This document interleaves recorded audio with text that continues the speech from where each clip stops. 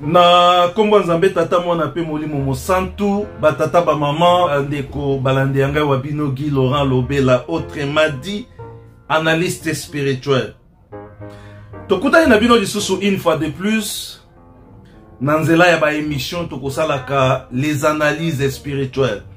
Ndenge tolobaka yango les analyses spirituelles tosalaka yango na sentiment te, tosalaka yango na plaisanterie te, tosalaka yango poete yo sepela te. Kasi les analyses spirituelles tosalaka yango poete to sepelisa nzambe. Nzambe soki asepeli oyo nzambe abongiselaki yo na ngai tokozwa yango. Kasi soki nzambe asepeli te batata ba maman oyo nzambe abongiselaki yo na ngai mwaye tozwa yango ezali te, e ngai na yo pe mwaye tosepela ekozala te. Yango omoni biso totikala batu ya ba forme, totikala batu ya ba fond na ba forme, totikala batu ya ba procédure na ba norme ya lingomba. Tosalaka makambo na sentiment te, tolobaka pe na sentiment te, kasi tolobaka selon ba texte ya lingomba, tolobaka pe selon ba procédure oyo lingomba esalaka nini etambwisaka biso na yango. Voilà la raison pour laquelle biso tozali wana ndenge tolobaka lere nyoso pona ko défendre ba cause réelle ya lingomba.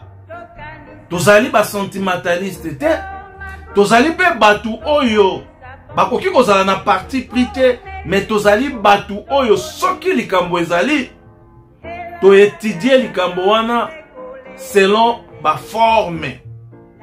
Totali yango na fond nango, totali yango pe na forme nango, et tokolanda yango selon ba norme ya lingomba na biso ndenge esengeli, et tokolobela yango pe selon ba norme ya lingomba na biso en respectant ba procédure na makambo mususu ndenge yango ekozalelaka. Batata ba mama tokosenga na bino bolanda biso na bokebi nyonso oyo tozali koloba ezali pona kosunga lingomba, ezali pe pona kosunga opinion. Soki tolobi te ezali nyongo. Vaut mieux oloba vérité ke okufa na nyongo moko boye ya kobomba likambo oyo oyebi ke ekosunga lingomba te. Yango omoni batata ba maman biso tozali koleka katango nyonso kopesa lumière pe ko expliquer makambo oyo ezali koleka na Afrique du Sud, pe to lakisa bino ndenge nini yango ezali koleka, parce que nous sommes des journalistes. Ezali koleka na miso na biso, ezali kosalema na miso na biso, et puis toyebani biso na biso awo esika tozali toyebani. Toyebani nani ezalaka peti mukofia ya mutu boye, nani ezalaka peti ya confiance ya mutu boye, nani ezalaka peti mukofia ya mutu boye. Toyebani biso na biso awa. Kasi soki biso tokolekaka, parce que biso tozalaka batu ya ba peti mukofia te, tozalaka batu ya ba peti ya confiance te, mais tozali ba journaliste oyo Tata Simon Kimbangu a inspira pona ko batela lingomba na ye. Makambu oto lobaka tokoteli yango kelasi te, mais soki toyebi yango, soki tozali na maîtrise na yango, ezali parce que Tata Simon Kimbangu kianga il a voulu ainsi toyeba et tozala na maîtrise na yango, parce que ngonga tango ekobeta tozala capable ya ko défendre lingomba pe ya kobundela lingomba.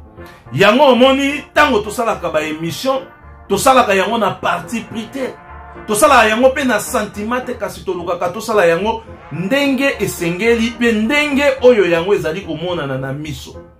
Je crois que makambu oyo biso tolubaka ezali na mutu ata moko te oyo azali awa na Afrique du Sud akoki ko contredire biso par rapport ya ba propos na biso, par rapport ya ba révélation na biso, par rapport pe ya ba vérité oyo totiaka yango en place. Wete bino ba ebozali kolanda biso ko ba ko comprendre situation oyo tozali na yango na Afrique du Sud. Batata ba maman bandeko ba kimbangiste. Bana na tata Simon Kimbangu kiangani à travers le monde. Bandeko na biso ya Lingomba bambuta na niveau ya Kamba Jérusalem, na niveau ya Kinshasa et partout. Et sika oyo biso tozwami ezala awa na Afrique du Sud. Banganga nzambe nyoso tozali na bango awa na Afrique du Sud et puis bandimi nyoso oyo tozali na bango awa na Afrique du Sud. Lelo tolingaki tosala analyse spirituelle par rapport ya ba problématique ya situation oyo tozali na yango awa na Afrique du Sud. Donc soki tolobi to tia yango en forme ya thème na biso ezali les problématiques de l'église kimbangiste en Afrique du Sud par rapport ya ba situation oyo tozali koyoka na ba réseaux sociaux pe na ba etandoïke bisika nyoso oyo tozali koyokela makelele. Batata ba maman bolanda biso na bokebi nyoso.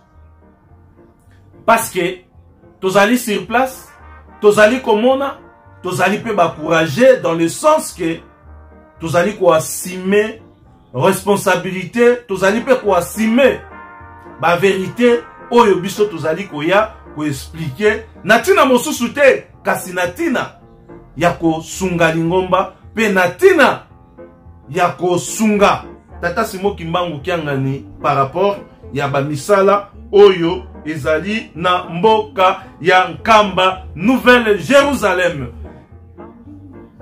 Si je na biso bouti kolanda yango to teme na biso bouti kolanda yango. Mais émission na biso ya moko mwalelo par rapport ya thème oyo to uti ko pesa bino problématique ya situation ya Afrique du Sud et kozala divisé na 3 volets. Et kozala divisé en 3 volets. Volet à liboso oyo toko meka kolobela yango ezali problème de formation pastorale. Na lukutakanu oye utayi koleka ya 2000 je crois 2023 makambwana elobamaki et ezali pe moko ya makambu oyo ezali kotungisa biso awa na Afrique du Sud. Point ya liboso tokolobela yango wana. Deuxième point tokolobela ezali respect des recommandations et signature ya mokonzi ya bule. Wana ezali deuxième point oyo tokolobela na kati ya émission na biso ya mokolo mwalelo. Et troisième point ezali projet ya botongi. Parce que papa alobaki totonga Nkamba totonga pe bisika tozali. Donc ba problématique na biso awa en Afrique du Sud. Makelele nyonso oyo tozali koyoka na ba réseaux sociaux. Bipai na bipai ezali basé sur 3 problématiques oyo biso touti ko expliquer bino awa. 1. Problème ya formation ya ba pasteur. Banganga nzambe. 2. Problème ya respect. Ya ba recommandation spirituelle, ba recommandation ya mokonzi ya bule tata Simon Kimbangu kiangani pe ba signature na ye. Et 3. Ezali problème ya projet ya botongi. C'est-à-dire ndenge papa aloba totonga Nkamba totonga pe bisika bozali totonga pe bisika tozali nde biso pe awa na Afrique du Sud totongaka. Mais pourquoi toponi ba point misatu oyo?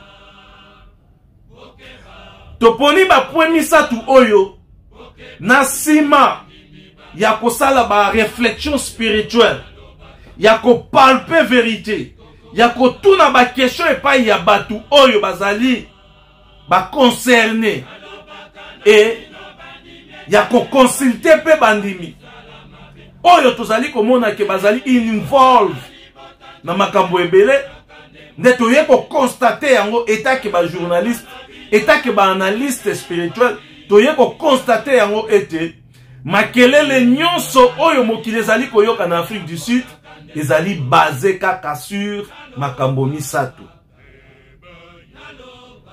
formation pastorale, respect ya ba signature à papa, et puis parti ya misato nde ezali totonga nkamba totonga pe bisika tozali.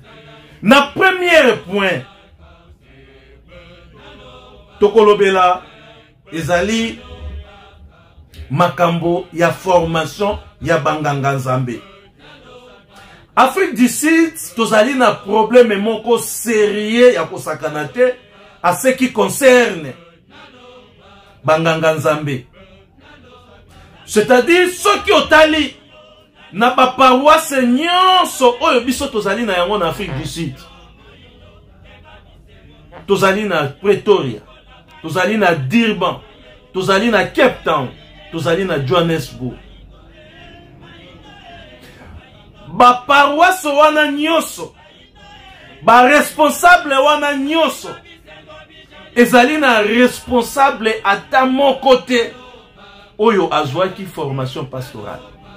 Ezali na responsable ata mon côté oyo azwi cours ya kinganga nzambe oyo tobengaka yango cours biblique. Selon constat na biso, problème ya liboso nanu yango wana. Pourquoi te soulever yango problème? Parce que à chaque fois ba responsable na biso oyo bazali ko tambwisa ba paroisse pe banganga nzambe oyo tozali na bango na ba paroisse différents oyo ezali na Afrique du Sud balekaka liboso pona ko transmettre message, pona ko teya, pona ko sala likambo moko songolo. À chaque fois je dis bien tozoloba avec connaissance de cause et tozali pe na archive oyo tokoki kotia yango na actualité pona crédibilité ya lingomba. À chaque fois banganga nzambe balekaka liboso basala kaka ba erreur, basala kaka ba dégâts, basala kaka makambo mingi oyo eza contraire ya doctrine na biso. Alors pona batu mususu oyo bayebi lingomba, pona batu mususu oyo bazali na expérience ya makambo ya lingomba, même azali pasteur ete, même azali diacre ete, même azali kengi te, ezali déjà problème pona bango. Soit aoki koya na paroisse po ateya po ala kisabino ke awa bosala ki boye et créer problème. Soit akoki ko interpeller bino ke likambo boye ezalaka boye te et créer problème. Donc tango tosali ba analyse très approfondie par rapport ya ba problème o tozali na yango nde toye ko détecter problème ya liboso par rapport ya ba responsable o bazali ko tambwisa biso na ba paroisse différent awa na Afrique du Sud. Batu ebele tozali na bango na ba paroisse na ndenge ya mabete tozali koloba yango pona esunga nkamba ayeba pe kosunga biso awa esika tozali, ayeba pe kobongisela biso awa esika biso tozali. Tozali na banganga nzambe ebele na ba paroisse azwaki kikengi, azwi catéchiste ti akomi na diacre nanu ateya te, ni na soirée ni na église nanu a performant expérience ya kodleka liboso ya batu po ateya te, mais azali déjà na fonction ya diacre. Umoni wana ezali déjà ba erreur to ba problème oyo biso tozali ko fesse awa na Afrique du Sud. Déjà tango otali ete na paroisse na bino banda na pasteur ti na kengi ya suka mutu oyo asala cours biblique azali te, mutu oyo pe azwa formation pastorale azali te, tandis que na lukutakanu oyo euti koleka awa bayebisaki biso ete mutu nyonso avant ozala nganga nzambe, avant ozala pasteur, il faut osala cours biblique, il faut osala formation pastorale, il faut ozwa pe oyo babengi yango formation ya ba missionnaire, parce que tout pasteur aza missionnaire. Papa Simon Kimbangu a oki kotinda yo mission partout. C'est-à-dire problématique. Il y a Afrique du Sud et bandina noana. Le responsable oyo baleka katango nyonso na miso ya bandimi. Est-ce que matière oyo ba transmetaka epa ya bandimi? Ezali matière oyo ekoki kobongola biso, ezali matière oyo ezali kopesa ma selon doctrine na biso, parce que bango moko batikali kozwa formation pastorale te, batikali kozwa formation ya bakengi te, bandana ebandeliti na suka. C'est ça premier problème na biso en Afrique du Sud. Tozali kotambwisa makaka biso na biso, bino baponi bino batie bino wana, bokumbeli na ndenge na bino, soki komatisa batu bomatisi batu, mais doctrine na biso, coutume na biso, bokoko na biso ya lingomba, kinkulu na biso ya lingomba, biso nyonso oyo tozali kotambwisa lingomba, tozali na yango vraiment te, yango tozali ko vivre ba problème ebele en Afrique du Sud, parce que déjà au sommet ya lingomba, les gens ne sont pas formés de manière ecclésiastique pour être baye banako maîtriser bandimi, baye banako kamba bandimi na ndenge oyo esengeli.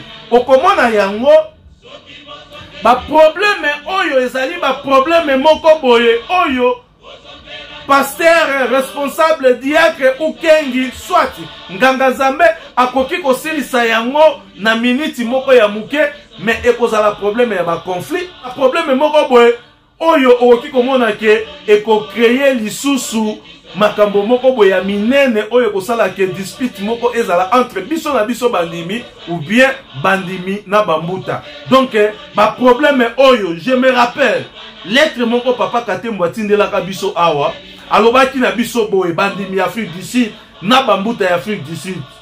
Wana je crois akomelaka yango de fait maman pasteur Gina Oazalaki pasteur na biso en Afrique na Cape Town, et puis à s'adresser à yango beaucoup plus, et pas il y a secrétaire na biso Oazali secrétaire papa Manix.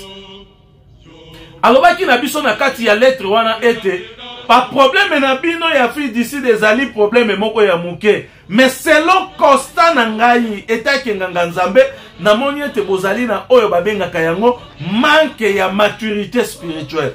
Si je ne m'abuse pas, lettre wana il faut ezala na kati ya ba document oyo tozali na yango. Déjà papa Katembo na niveau ya likolo a constaté ki ete banganga nzambe na biso bazali na manque ya maturité spirituelle.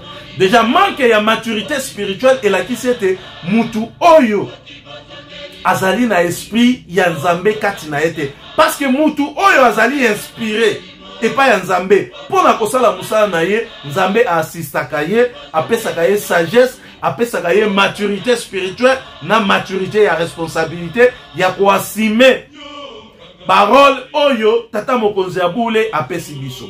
Donc wana ezalaki première constat na biso par rapport ya ba problématique oyo tozali na yango awa na Afrique du Sud. Yango tokosenga na bambuta na niveau ya nkamba bosunga biso na oyo etali encadrement ya ba pasteur. Soki bokomona ete il faut botindela biso banganga nzambe oyo bazwi ne fils que cours biblique, oyo bazwi formation pastorale, ekozala malamu baya kosunga biso ndenge tomonaki na nomination oyo esalemaki mama pasteur mama Augustine oyo azali, je crois azali parmi 45e batu oyo bazwi formation ya cours pastoral na niveau ya nkamba.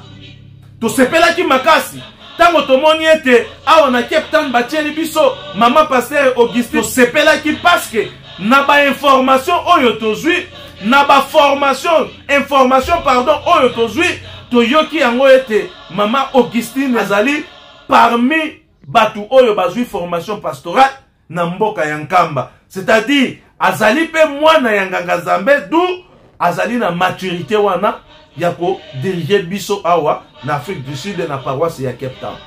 Donc ekozala malamu soki lingomba esungi biso soit banganga nzambe o tozali na bango bobengisi bango bazwi ba formation par rapport ya ndenge lukutakanu elobi ete okoki kozala nganga nzambe te soki ozwi formation te, parce que mingi na biso awa mingi bazali ba docteur, mais musala ya docteur atangelaki yango ezali très différent na kozala nganga nzambe ya kokamba bato ya maladi ya tata Simon Kimbangu o tobengi bango bandimi, parce que toyaka na ba problème na biso na ba maladi na biso na kati ya lingomba ezali pe kosenga na bango bayekola kinkulu ya lingomba bayekola kinganga nzambe po ete bazala na maîtrise ya ko transmettre enseignement kimbangisme ou bien maîtrise ya ko transmettre idéologie kimbangisme et pas ya bandimi. Lorsqu'il y a un problème, ndenge ni tokoki ko memela problème wana, ndenge ni tokoki ko salela yango, ndenge ni pe tokoki ko katela yango pona ko garder équilibre, pona ko garder kimia. Parce que awa tozali déjà na deka ya bandimi selon ba analyse na biso oyo tozali ko sala. Wana ezali premier problématique oyo tobaki tokopesela yango bino explication moko claire po ete bandimi esika bazali ba comprendre et baenyoso bazali kolanda biso pe na Afrique du Sud ba comprendre et puis bandeko na biso to bambuta na biso na niveau ya nkamba baye ba pe ko comprendre situation ya Afrique du Sud ba sunga biso pe basalisa biso une fois pour toutes po ete tolongwa na ba makelele oyo na ba situation oyo tozali na yango. Deuxième problématique na biso oyo tozali constat par rapport il y a pas problème au tozali na yango na Afrique du Sud ezali ni to sali ba recherche to sali ba analyse to sélectionner ba document to sali pe na problème il y a non respect il y a autorité il y a mokonzi ya bule tata Simon Kimbangu Kiangani selon ba orientation na ye, 2 selon ba décision na ye, 3 selon ba ordre de mission na ye, 4 selon ba recommandation na ye. Soki totali lingomba na biso ezali lingomba ya molimo mosanga. Mutu nyoso tonganga nzambe nyoso oyo ayekoli kinkulu ya lingomba ayebi signature ya papa Simon Kimbangu ezali nini, ayebi pe mongongo ya papa Simon Kimbangu ezali nini, parce que lingomba mobimba to simbami na signature ya mokonzi ya bule, 2 to simbami pe na mongongo ya mokonzi ya bule, c'est-à-dire oyo akoyebisaka biso na tongo na moi pe na pokwa. Awa na Afrique du Sud na constat général oyo biso tosali etake ba analyste spirituel etake ba panzi sango tosali na oyo babengaka yango non respect ya autorité ya mokonzi ya bule tata Simon Kimbangu Kiangani. Toko prouver yango na ba texte, toko prouver yango pe na ba archive oyo tozali na yango. Na mokanda deja ya lukutakano elobi na bisobwe. Mokonzi ya bule soki asali nomination. Mokonzi ya bule soki asali nomination. Acte wana ya nomination ezali acte physique te, mais ezali acte moko spirituel. Total yango noki na mokanda ya lukutakano soki toza nango awa. Acte ya mokonzi ya bule tata Simon Kimbangu Kiangani ezali spirituel, ezali physique te. Tokotala yango très rapidement awa soki tozali na mokanda wana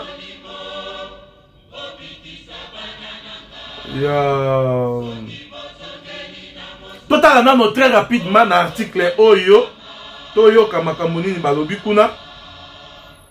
Na article 12 balobi bwe, il est strictement interdit aux responsables aux responsables et fidèles kimbanguistes de contester l'autorité du chef spirituel et représentant légal de l'église ainsi que sa signature. Awa tozali na article 18 ya Lukutakano. Biso tosa la émission na sentimate tosa apoto sungali ngomba. Tosa atepo aposa limba lobby, tosa atepo directeur à cabinet à lobby, mais tosa la parce que tosa landa ba texte ya lingomba. Awa tozali na article 18 ya Lukutakano. Il y a 2016, si je ne m'abuse pas, il est strictement interdit aux responsables fidèles kimbanguistes de contester l'autorité du chef spirituel et représentant légal de l'église, ainsi que sa signature. Toyokani? Toyokani? Et puis, Tolanda Nasima, ce qui va l'obéir. Quand les chefs spirituels nomment ou il relève de sa fonction et responsable de l'église, tous devons obéir, car l'acte posé est spirituel et non matériel. Bolimbisa biso, tellement ba document ezali ebele, et puis tozotangela yango na téléphone, parce que téléphone ende ezali lokola cerveau monteur na biso oyo memelaka biso ba archive. Awa tozali na article 18 ya Lukutakano ya 2016. Soki mokonzi abule a nommé acte wana eza spirituel, ezali physique te. C'est-à-dire yo tango ozali koloba ete papa salaki erreur, bakosi papa yondo ozali kokosama. C'est-à-dire yondo oyebi lingomba te.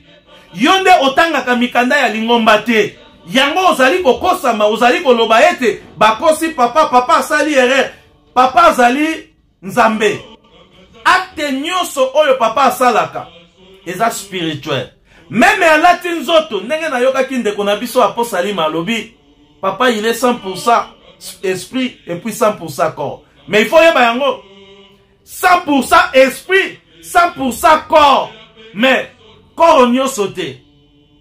Corps wana il faut être la sainte pour ebalana na esprit wana. C'est-à-dire corps oyo papa Simo Kimbangu azali na yango ezali corps physique ya masumu lokola ya yote. Ezali corps physique ya masumu lokola ya ngai te. Corps physique oyo papa Simo Kimbangu azali na yango ezali pe sainte parce que esprit ya molimo mosantu ekokota kaka na nzoto oyo ezali mosantu. Yango bomonaka mingi soki mutu azwi molimo parce que molimo wana ekuti nzoto na esembo. Et soki yo simbiye molimo wana ekendaka parce que ekoti na nzoto wana po ekuti nzoto wana ezali sembo. Yo oyo osimbiye obongami te, nzoto na yo ezali sembo te. Yango moyen molimo mosantu ekota na nzoto na yo ezali te.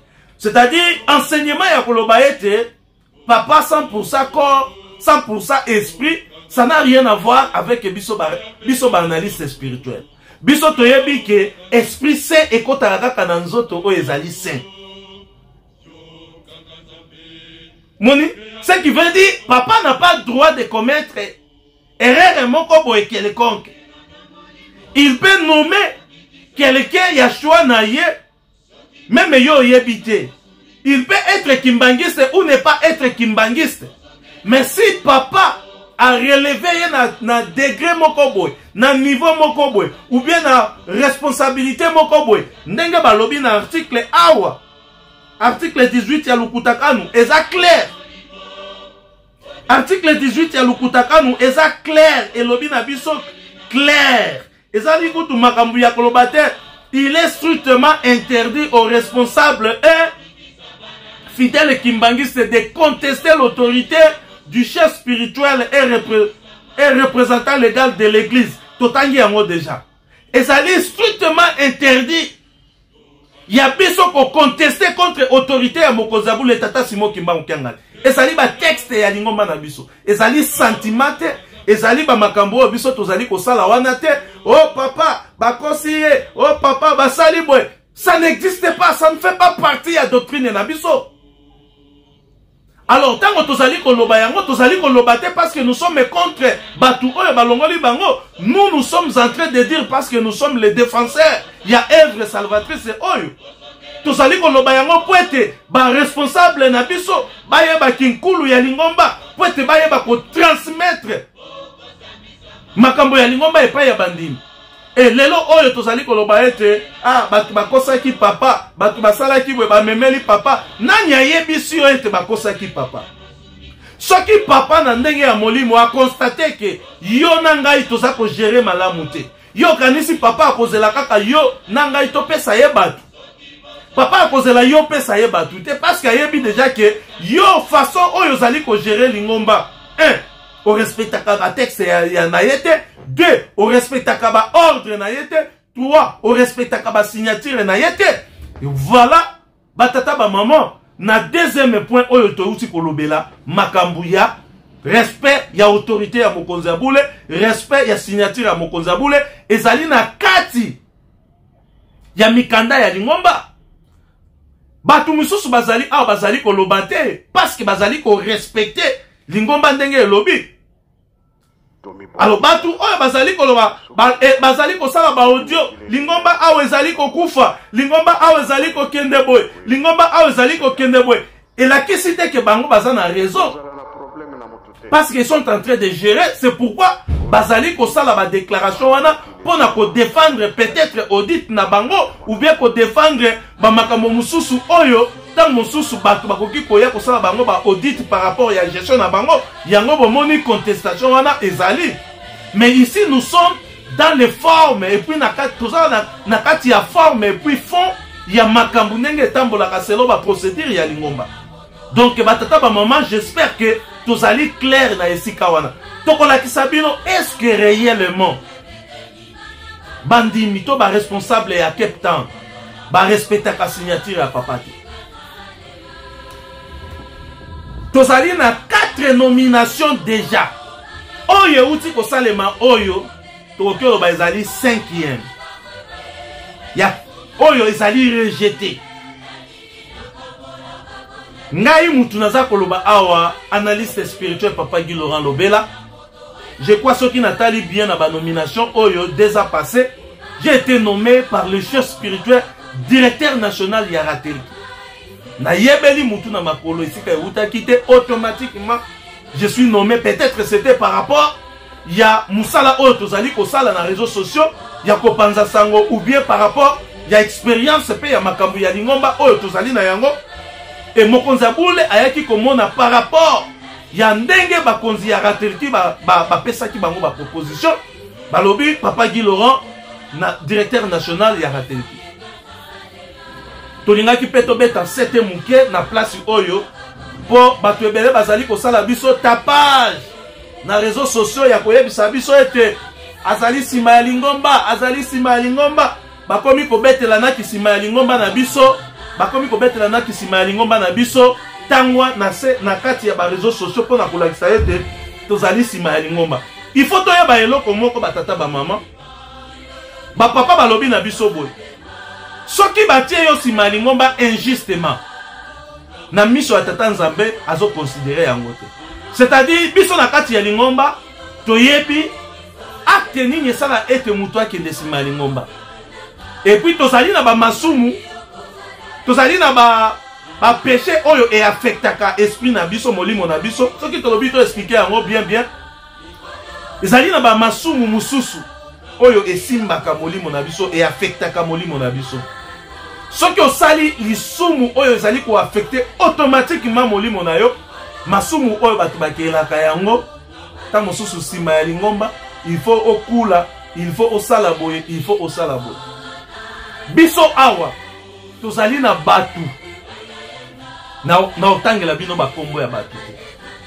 Tozali au moins na 4 personnes oyo papa anoma et puis ba suspenda bango et pas ya ba pasteur local awa. Un pasteur oyo a joué formation en Kamba. Papa a nommé avec signature ya mokonzi abule. Mais avec initiative, il y a pasteur local awa. Bien sûr nommé pas ya papa. Ba sanctionner muninga na ye nommé pas ya papa.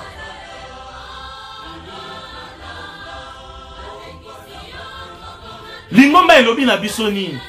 Et pas ya mutu oyo papa a nommé. Administrativement par là, c'est lui qui nomme, c'est lui qui révoque. C'est-à-dire, mutu nyoso oyo azali nommé pas ya papa. Azalaka demi na fonction na ye kaka et pas ya papa. C'est-à-dire, mutu wana soki asali mbeba, il faut que ça le rapport, botindi yango na nkamba, cabinet a ko étudier et ba ko expliquer papa. Soki acte oyo mutu wana asali, ezali ko mériter sanction, mutu wana a kozwa sanction na ye et pas ya mutu kaka oyo ye anomaki et pas ya papa.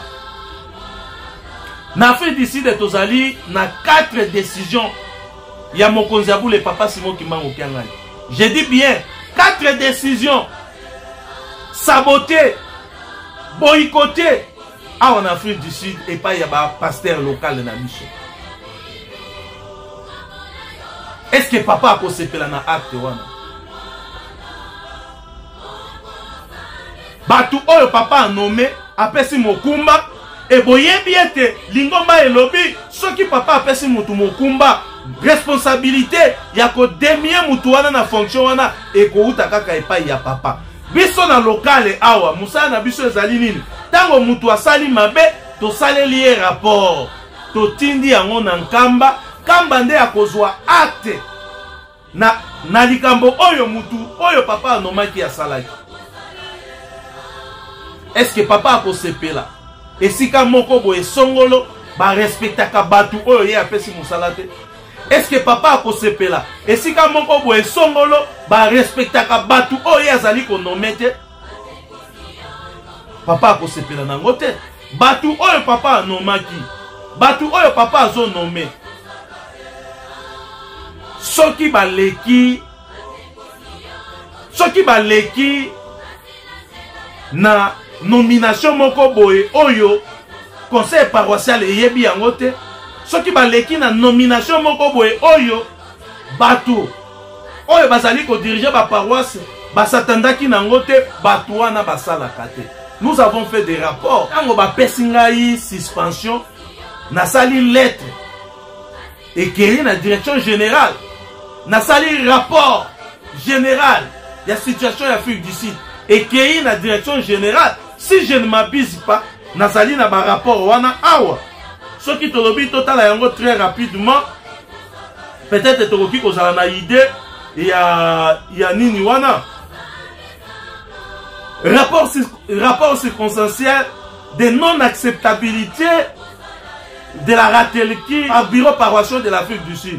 C'est-à-dire, la rateleki en soi n'a pas été le bienvenu dans la paroisse Nabiso Otozali en Afrique du Sud. Rateleki, pour la première fois, existé en Afrique du Sud. Décision nommée par le chef spirituel. Décision numéro Oyo, et ça a les 15. Sur la décision numéro 015, ce qui total il y a 2020. Et ça a été nommé par le chef spirituel. Et Ratelki jusqu'à maintenant et fonctionne à Kadisou Malamouté. Pourquoi? Parce qu'il a été contesté au départ. Malgré Batelemisa qui biso après quelques semaines passées ou quelques mois passés, il y a pour reconnaître Yango. C'est-à-dire il faut tout apprendre les responsables Nabiso comment exécuter automatiquement na décision à Mokonzi Abule. Ce qui Mokonzi Abule a nommé, ezalité que il faut yo pasteur oyeba, il faut yo pasteur osala ce qui pendengeni. Mokonzi Abule peut nommer n'importe qui. Ezali pouvoir discrétionnaire d'ailleurs. C'est-à-dire il faut apprendre à nos responsables comment respecter ba texte ya lingomba et puis signature ya Mokonzi Abule Tata Simon Kimbangu. Ndenge na uti koloba 4 nominations contestées et pas il y a un responsable local.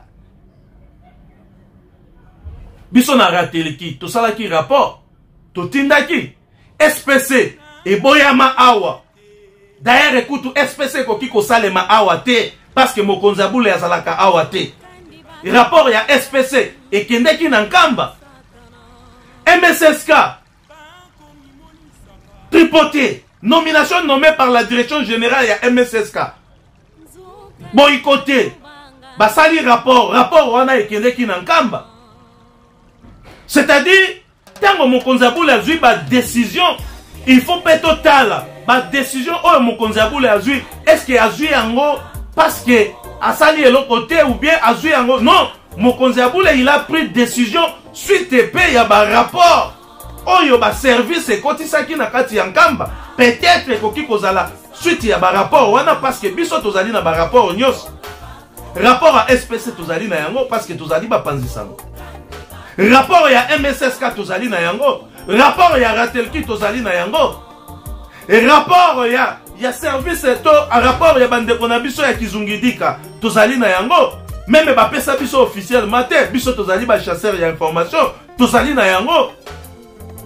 Rapport ya 3 secteurs tozali na yango.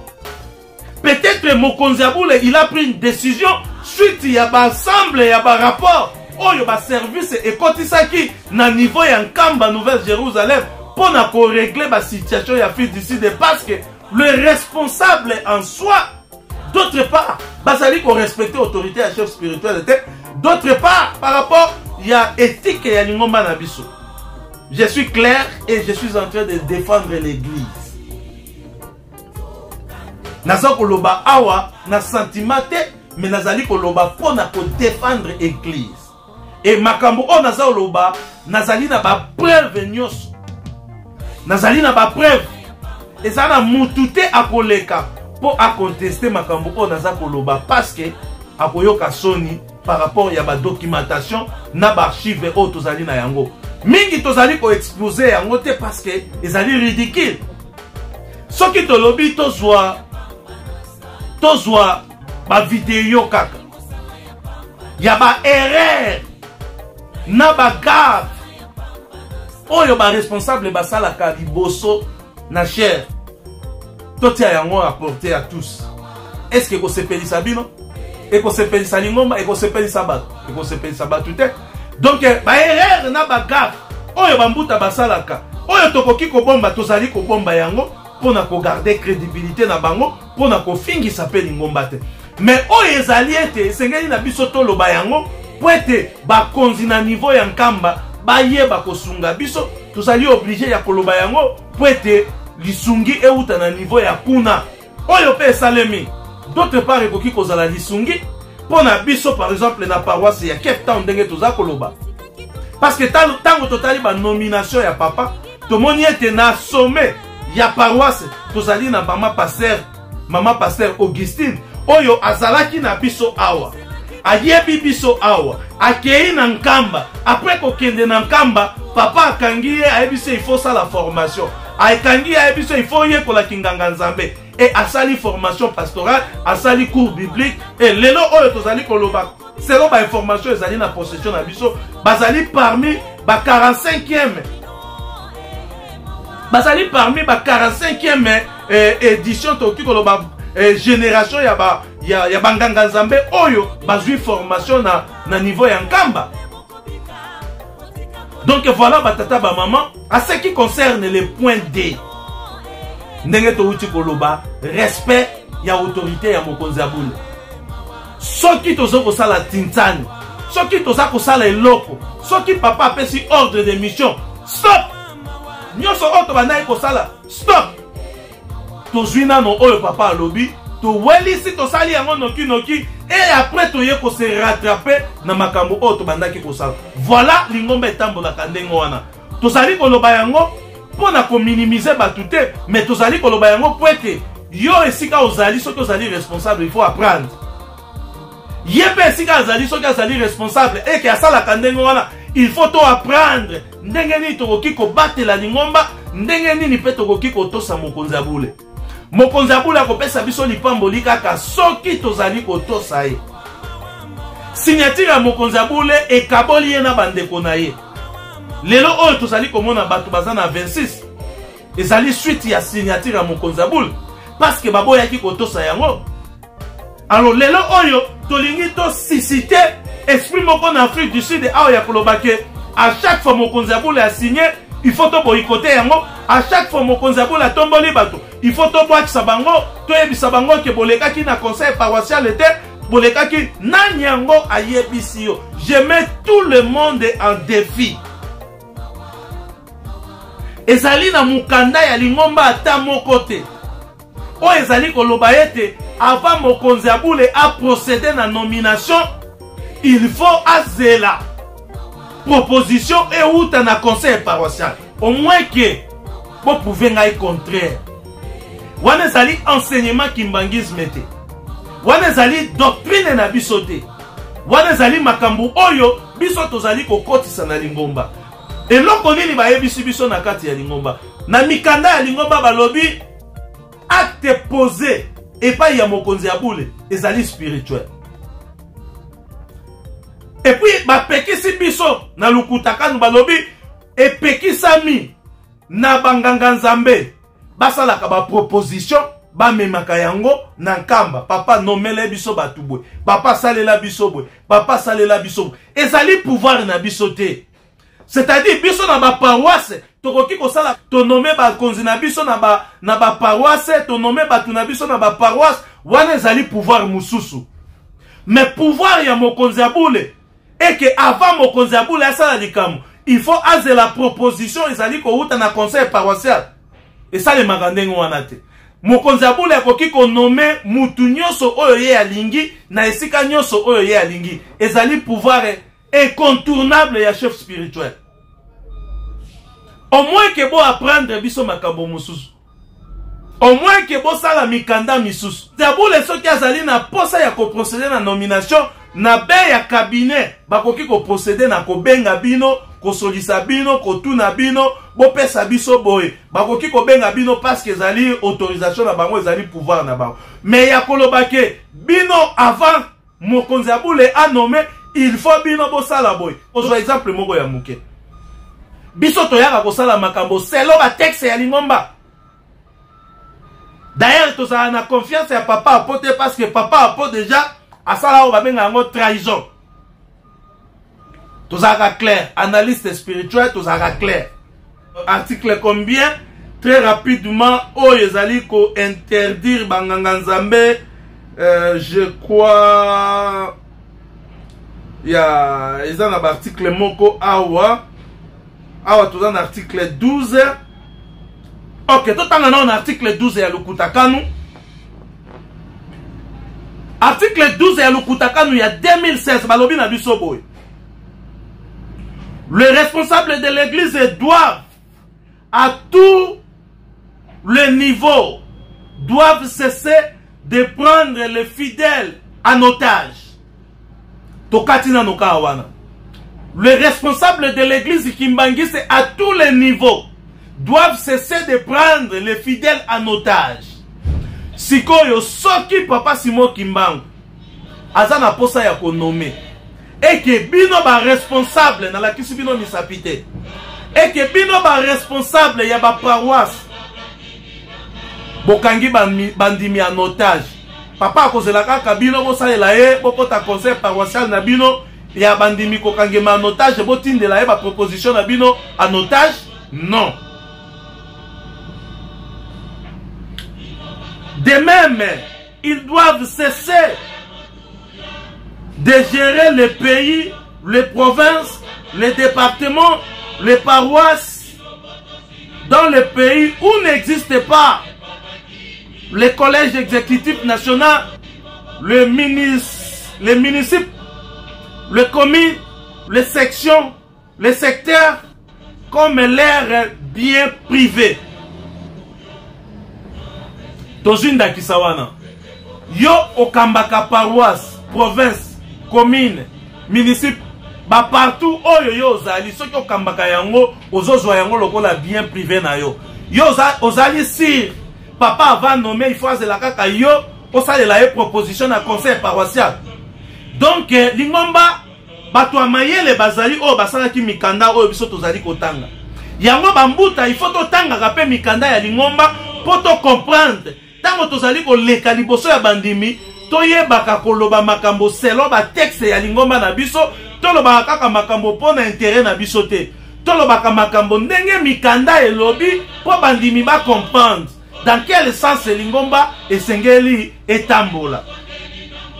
Na article kaka wana tolobi article 12 ba continuer balobi boye car balobi car le fidèle ne vient pas vers eux comme leur chef spirituel. Tozo ya na église te parce que ba pasteur na biso bazali ba chef spirituel na biso.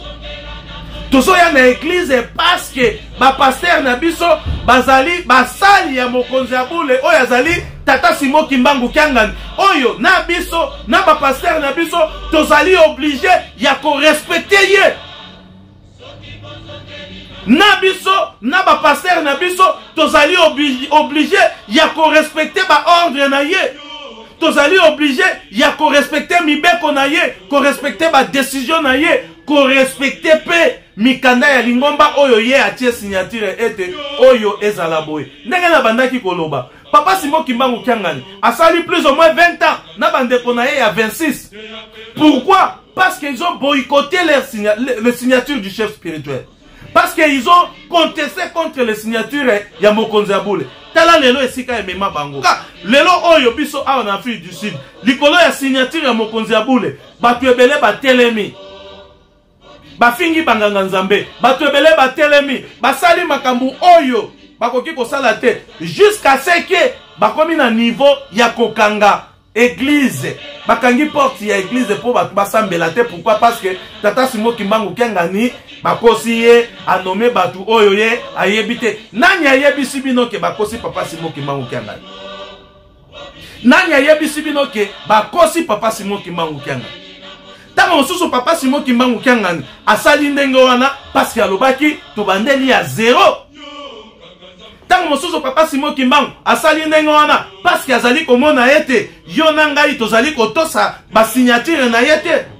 Tango mosusu Papa Simo Kimbangu asali ndenge wana pamba te amoni ete batu nyonso oyo ye apesaki ba responsabilité yo na ngai tolongoli bango na ba fonction totietie bango na nsima lingomba moko boye triqué. Raison pour laquelle Tata Simo Kimbangu alobi non batu oyo lokola bazali koyokela ngai te tika nano natia batu ya sika basala musala. Alors vous avez excité les gens, vous avez suscité les gens à contester contre la signature du chef spirituel. Et que bozana posa bisoto bete la bino maboko parce que mikanda ya lingomba ndezali sukisa.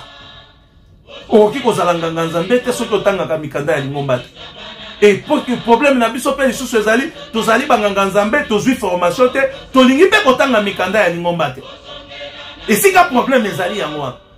Ozali nganga nzambe ozwi na no formation te pour koma nganga nzambe. 2. Osali cours biblique te. 3. Ozui formation pastorale te. 4. Olingi pe kotanga makambo oyo lingomba ezali kokanga te po ozala na expérience ya makambo ya lingomba po boyeba kobatela lingomba pe boyeba pe kosimba lingomba. Tokozwa na point ya suka nde tokolobela makambo ya botongi. Batata ba mama ba kimbangiste bandimi ya Afrique du Sud, bandimi ya Tata Simo Kimbangu Kiangani à travers le monde. Biso tozali se bobele bapanzi sango. Tozali obligé ya koloba. Vaut mieux to kufa parce que tolobi vérité, nzambe akoti ya biso na esika ya kimia. Que to garder vérité et que lingomba na ye des années tozali ko tournoyer place moko. Biso tozali en Afrique d'ici d'à part ba docteur o tozali na bango na batu mususu bazali ko sala business. Nani azala mukanda malamu. Tozali na yango te. Bana ya poto basala ki défi. Ba défier Papa Simo Kimbangu. Nyoso Papa Simo Kimbangu apesa asenga ki bango bapesa ki. Ta lelo bana ya poto nde bakoma kokita na nkamba. Délégation soki eza kokita na nkamba ya bana ya poto. Est-ce que biso awa Faki na biso kaka Johannesburg Diriba tosi tosala ta délégation ya 10 personnes. Fliki na biso ya Cape de Afrique d'ici de awa. Est-ce que tosi tosala ta délégation ya 10 personnes? Jeteki na biso ya Afrique du Sud. Est-ce que tosi tosala ta délégation ya 10 personnes?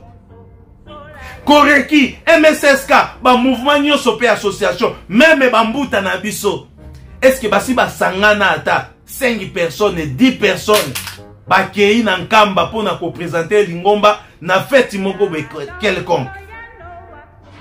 Totala mambo bana poto basala. Afi décide ya musika te na nkamba, afi décide ya musika te na Kinshasa. Il faut to fongwama.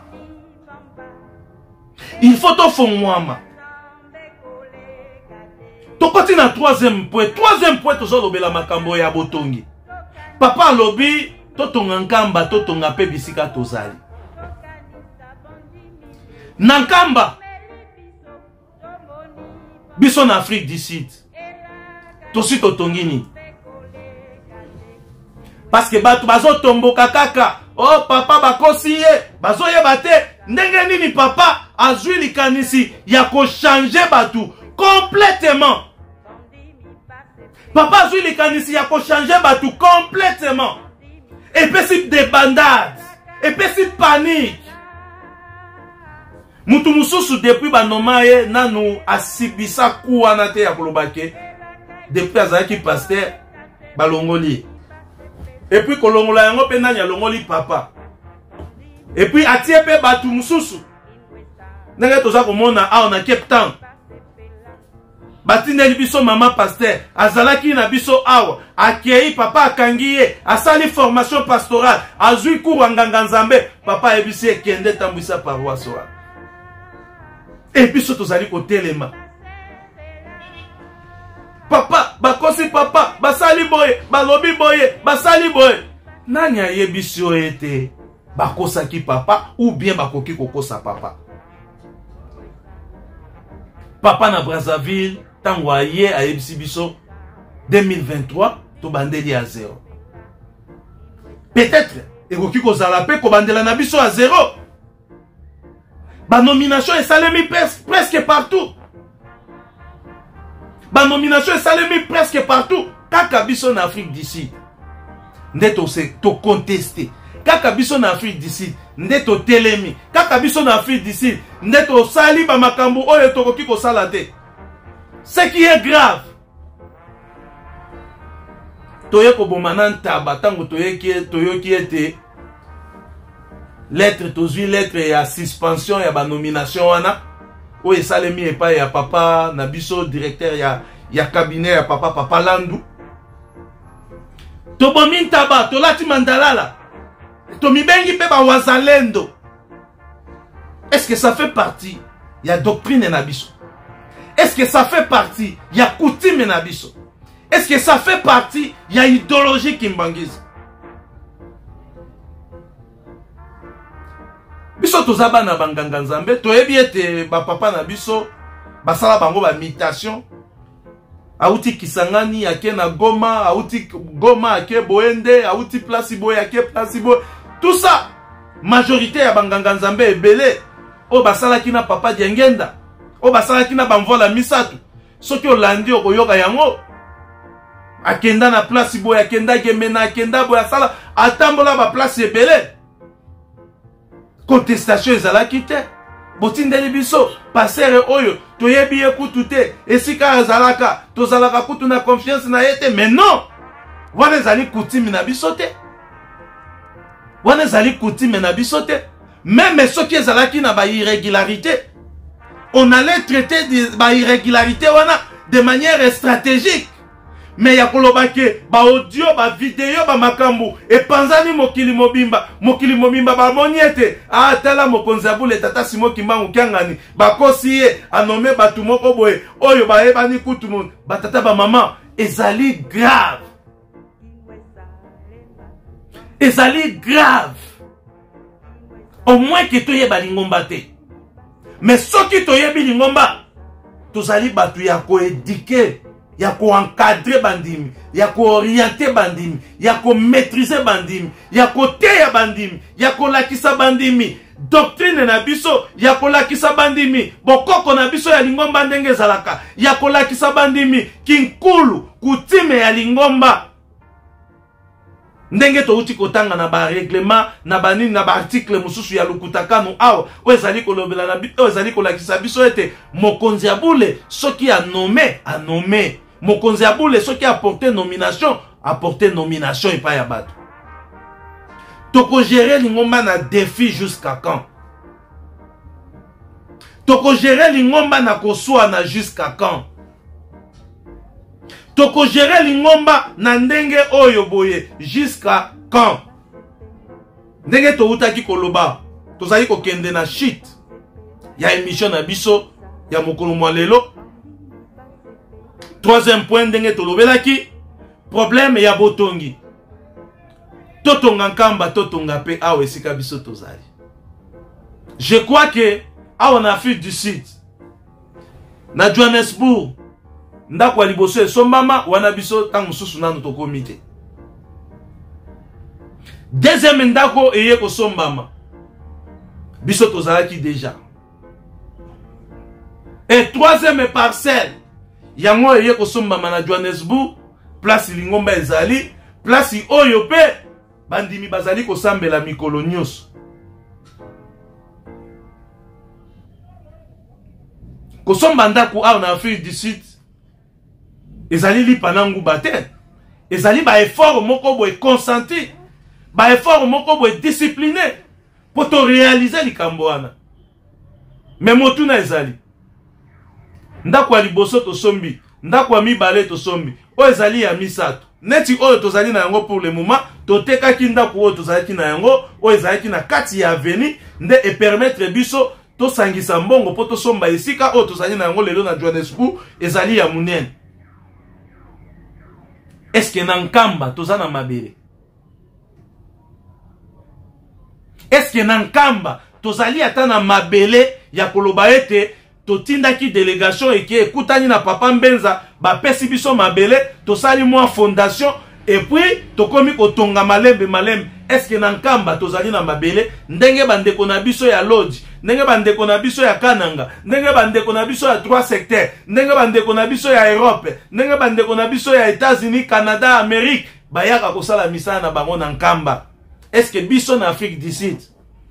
Parce que soki déjà toza na possibilité ya kosomba lupangu awa une fois, deux fois, trois fois, ce qui veut dire mbongo oyo toza kosombela ngo lupangu awa toki déjà kotonga pe na nkamba, parce que nkamba mabele ezali ya ofele et pas ya papa Mbenza, et puis mabele ezali ya ofele et pas ya papa Mbenza, et puis sima na nkamba ezali cher ete ndenge awa makambo ezali cher. Ce qui veut dire ezali ko lakisa ete tozali na affection na misala oyo ezali ko salema na nkamba te. Tozali na affection na makambo oyo tata Simon Kimbangu azali ko senga biso na mboka ya nkamba te. Ya koloba ete totonga nkamba, totonga pe bisika kozali. Parce que kotonga nkamba nde ezali na bilaka oyo ba papa batikela kibiso. Ba papa balobaki botonga nkamba po ete bilaka ekokisama. Soki botongi nkamba te pasi na bino ekosila te. Ba papa balobaki te ete botonga nano esika bozali liboso. Kotonga esika tozali ezali mabete, mais il faut to lakisa attachement na biso, affection na biso pe na nkamba. Est-ce que tozali ko lakisa pe affection na biso na nkamba?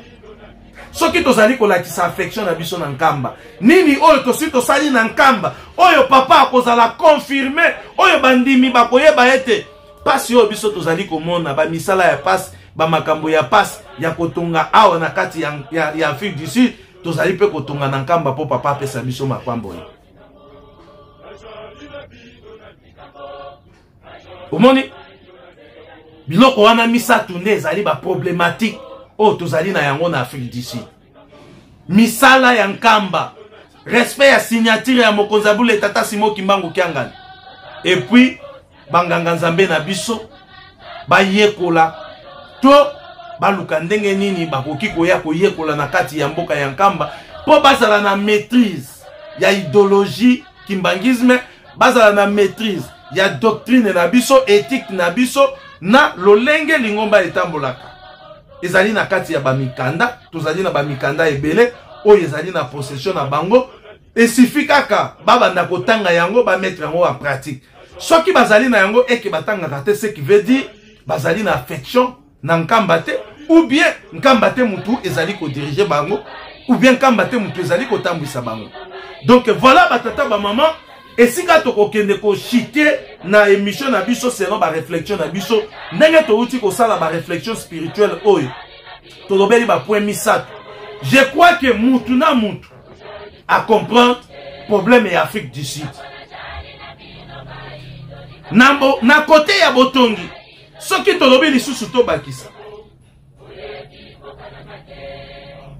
biso awa na Cape Town to banda programme ya botongi depuis 2010. Depuis 2010 to banda programme ya botongi. Mais awa na Cape Town nanu to tongate, nanu to somba place te. To za na place o to zali ko sambela lelo. Mais avant to koma na place wana makambo nini eleka. To sala ba tintani extraordinaire. To sala ba quête d'ensemble moko ya makasi. Avec mobilisation na sensibilisation oyo bambuta bapesa ki epai ya bandi balobi ete tozwi esika tosali na mbongo ndambo ezali tosala batintani bandimi basali volonté ya koloba ete tintani wana esalema ya makasi. Tintani ya suka tosalaki na Cape Town ezalaki mpona kopesa coup d'envoi na mbongo oyo tozalaki na yango depuis 2011 depuis 2010 po ete toya kopesa lokola deposit po tozwa esika wana. E lelo oyo réalité ezali nini? Réalité ezali ete esika wana nanu tosombi yango te, esika wana nanu pe topesa deposit te, esika wana ti lelo tozali kofutela kaka. E monta oyo tozali kofutela ba plus ou moins 11 000 rands ezali mbongo ya mukete. Ezali mbongo ya mukete batata ba mama. Mais soki tozali kofutela et que bankonzi bazali kopesa biso éclaircissement te na oyo etali programme ya botongi toko evre na kati ya makambo oyo jusqu'à quand? C'est ça la vraie vérité. C'est ça la vraie vérité. Soki oyebisi bambuta ete batu ya botongi baya kopesa biso na nos rapports to sala kakiti ya botongi 2 fois ou bien 3 fois par an. Mais jusqu'à quand toko demere nakati ya ba ignorance ko vivre nakati ya kobatama, c'est-à-dire il faut to fongwama éclaircissement il faut ezala. Soki toza kotonga nkamba te awa toza kotonga, mais soki to kotonga awa kotonga ya awa ekozwa biso combien? Plus ou moins 12 ans 13 ans toza na processus ya botongi. Jusqu'à maintenant éclaircissement explication claire ezalaka te à ce qui concerne botongi. Est-ce que depuis to banda programme ya botongi ba information mususu tozali na yango na possession moyen ya koloba yango na nini ezali te na ba etandoike ezali te? Ce qui veut dire lingomba na biso de manière générale ezali kosenga réforme esalema na toute instance na niveau nyonso. Changement il faut esalema. Batu o bazali kotambwisa biso batambwisi biso pendant combien des années? Nani yango alobi ete bango bakoki lisusu kolongwa wana te ou bien bakoki kotiela biso bato mosusu te? C'est ça le problème. Alors lorsque les choses spirituelles procèdent na ba nomination et to créer panique moko boye pour na publier yango na ba réseaux sociaux pour na kolakisa bato que nous sommes en danger, église des alliés en danger, et voilà la raison pour laquelle Batubaya église était tout ça. On a canalisé ces choses-là. Et ça n'a pas canalisé yango. Na aussi li saboye état que analyste spirituel. Tango nomination ya mokonzabule tata Simo Kimbangu Kianga ni Salemi. Ba responsable ya ba paroisse ba procédaki na oyo babenga kayango contact na ba konzi ya cabinet. Na moment bazali ko procéder à contact na ba konzi ya cabinet bayaki ko effectuer voyage 4 personnes et 5 personnes na chargé de mission Otozavana et Awa Papa Koi, si je peux citer les noms. Tango bakiti ya liboso bakomaki na nkamba na nini na Kinshasa bakutanaki na Papa Zako. Papa Zako ayebisaki bango makambo. Basi ici bakendeki epai ya Papa Simon Kimbangu na nkamba. Papa Simon Kimbangu ayebisaki bango makambo. Basalaki représentation na nkamba pona kokende ko expliquer papa par rapport ya ba irrégularité. Par rapport ya makambo o bango ba constataki na nomination ya papa. Papa ayebisaki bango makambo. Na séjour na bango na nkamba, église awe banako se dérouler très bien. Na séjour na bango na nkamba, église awe et bandaki ko se dérouler très bien. Tango bauti nkamba baye na Kinshasa, dimanche moko événement esalemi.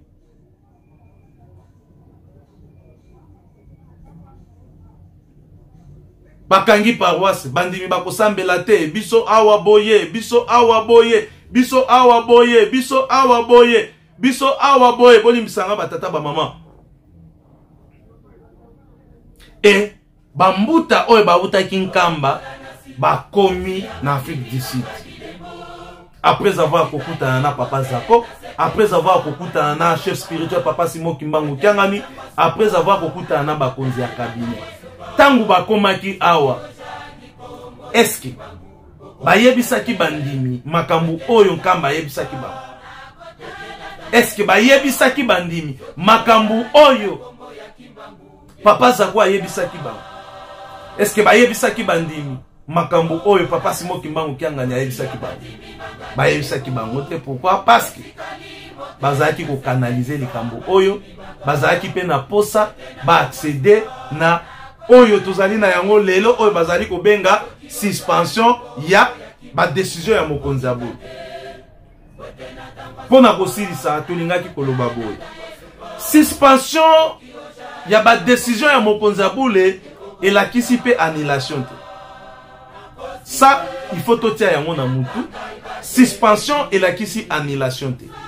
Suspension ezali lokola oyo biso tolobaka stand by or pending.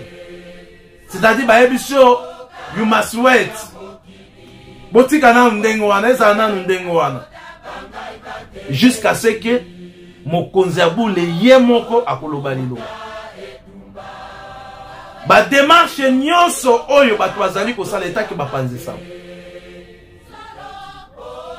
Toza na possession na yango. Ezali mambo ya soni. Ezali makambo oto okiko ya kobimisa yango na ba réseaux sociaux te. Ba démarche nyonso oyo bato bazali kosala pona koluka ndenge nini bakoki ko faire bakoki ko kwesa signature ya mokonzi ya boule Tata Simon Kimbangu Kiangani. Ba démarche wana nyonso tozali na yango. Tozali koyeba nani akotaki awa, nani asalaki boye, nani akendeki boye, nani alekaki awa, nani atindaki nini, nani alobaki nini. Nous avons tous les documentations et puis ils ont la possession na biso. Papa Simon Kimbangu Kiangani alobaki soki tozali ko commettre ba acte, tosalaka ba acte oyo ezali louable. Parce que niveau technologie ezali ko kende makambo ebele soki osali lelo les mêmes airs, ils allaient déjà à Kopanzana na mokili mobimba. Voilà batata ba maman, makambu tozali ko sala, ils allaient déjà à Kopanzana na mokili mobimba. Biso tolobaki to koleka, to pesa toujours lumière na makambu oyo. Ti ba décision finale e kozala, ti to koyeba to komi wapi, nde to kotika ko pesa ba clarité na makambu oyo etali Afrique du Sud. Bambuta oyo bozali ko sala intérim ou bien bambuta o bozali kosala musala na bino oyo bazali awa bambuta pe oyo banomaki epai ya mokonzi ya boule Tata Simon Kimbangu Kiangani biso nyonso tozali bana Tata Simon Kimbangu Kiangani tozali censé ya koevre na kati ya unité tozali censé biso nyonso ya koyekola kinkulu ya lingomba koyekola mikanda ya lingomba et puis tozala na respect ya autorité ya mokonzi ya boule Tata Simon Kimbangu Kiangani oyo bato mosusu bazali kobenga ye Yahweh, bato mosusu babengi ye boussole, bato mosusu babengi ye pe base ya spiritualité na biso wana ezali biso ba analyse spirituelle et biso tozali lokola ba ambulance ya urgence na cas d'urgence Otomi Makasango ya Mokonza Boule partout dans le monde esika oyo biso na bino tozwami vaut mieux okufa na likambo oyo yo lobi ezali vérité ke obomba yango na sima nde Tata Simon Kimbangu akojije yo. Africa 21 TV, un nouveau monde. TV, Africa 21 TV, les a the best.